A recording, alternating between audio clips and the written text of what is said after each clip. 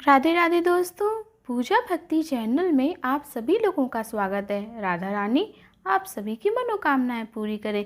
तो राधा रानी के नाम का जयकारा लगाते रहिए और नीचे कमेंट बॉक्स में राधे राधे लिखना ना भूलिए। दोस्तों, कार्तिक मास जो है वो 1 नवंबर से प्रारंभ होगा।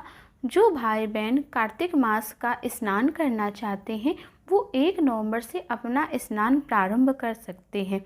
दोस्तों, कार्तिक के महीने में स्नान का बहुत ही महत्व बतलाया गया है। कहा गया है कि कार्तिक के महीने में श्री नारायण जल में वास करते हैं और जो चंद्रमा है वो अपनी पूर्ण कलाओं में रहता है।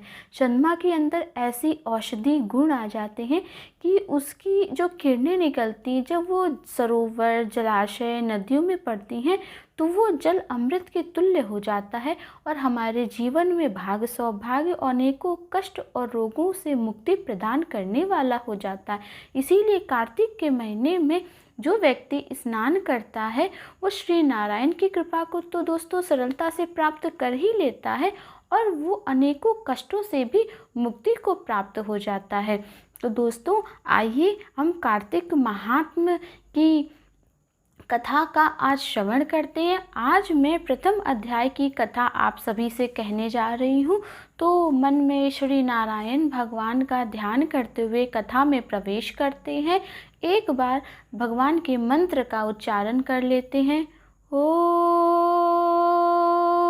नमो भगवते वासुदेवाय।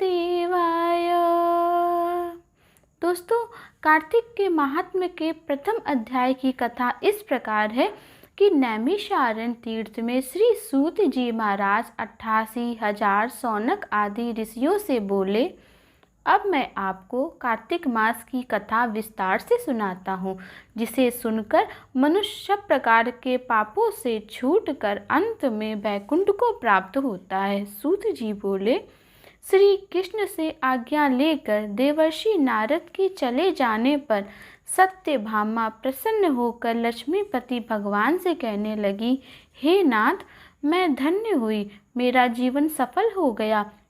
मेरे जन्मदाता भी धन्य हो गए, जिन्होंने मुझ जैसी त्रिलोक सुंदरी को जन्म दिया, जो आपकी 16,000 स्त्रियों के मध्य में आपकी परम प्यारी पत्नी बनी। मैंने वह कल्प वृक्ष आदि पुरुष आपके साथ नारद जी को विधि पूर्वक दान में दे दिया, परंतु वही कल्प वृक्ष मेरे घर लहराया करता है, जिस बात को मृत्यु लोक में कोई भी स्त्री नहीं जानती है। हे त्रिलोकीनाथ, मैं आपसे कुछ पूछना चाहती हूँ। आप मुझे विस्तार पूर्वक कार्तिक महात्म्य की कथा सुनाइए, जिसको सुनकर मेरा हित तथा जिसको करने से कल्प प्रयत्न भी आप मुझसे विमुख ना हो। सूत जी बोले, सत्यभामा के ऐसे वचनों को सुनकर हंसते हुए श्री कृष्ण जी सत्यभामा का हाथ पकड़कर तथा अपने सेवकों को वहीं रोककर विलास युक्त अपनी पत्नी को कल्प वृक्ष के नीचे ले गए और हंसकर कहने लगे कि हे प्रिय, 16,000 रानियों में मैं तुमसे बहुत प्यार करता हूँ। तुम मेरी प्राण प्यारी हो।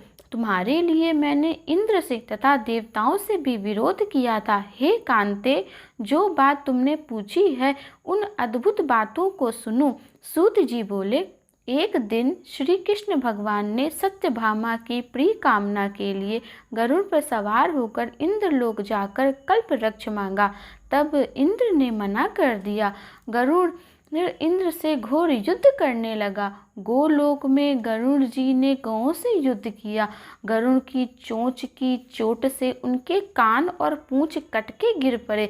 उनके रुधिर से 3 वस्तुएं उत्पन्न हुई, कान से तंबाकू, पूंछ से गोपी और खून से मेहंदी। इन तीनों के प्रयोग करने से मोक्ष प्राप्ति नहीं होती है। तब गौओं ने भी क्रोध से भरकर गरुड़ को मारा, जिससे उनकी 3 पंख टूट के नीचे गिर गए। उनके पहले पंख से नीलकंठ, दूसरे से मोर और तीसरे से चकवा चकवी उत्पन्न हुए। हे प्रिय, इनके दर्शन मात्र से शुभ फल की प्राप्ति होती है।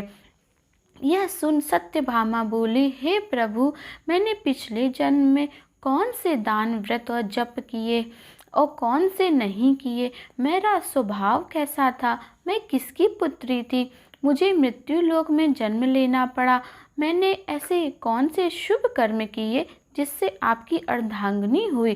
कृष्ण बोले, हे प्रिय, जो तुमने पूर्व जन्म में शुभ कर्म किए हैं विस्तार पूर्वक कहता हूँ। पूर्व समय में सतयुग के अंत में मायापुरी में आत्री गोत्र में देव शर्मा नाम का एक ब्राह्मण वेद वेदांग का जानने वाला था।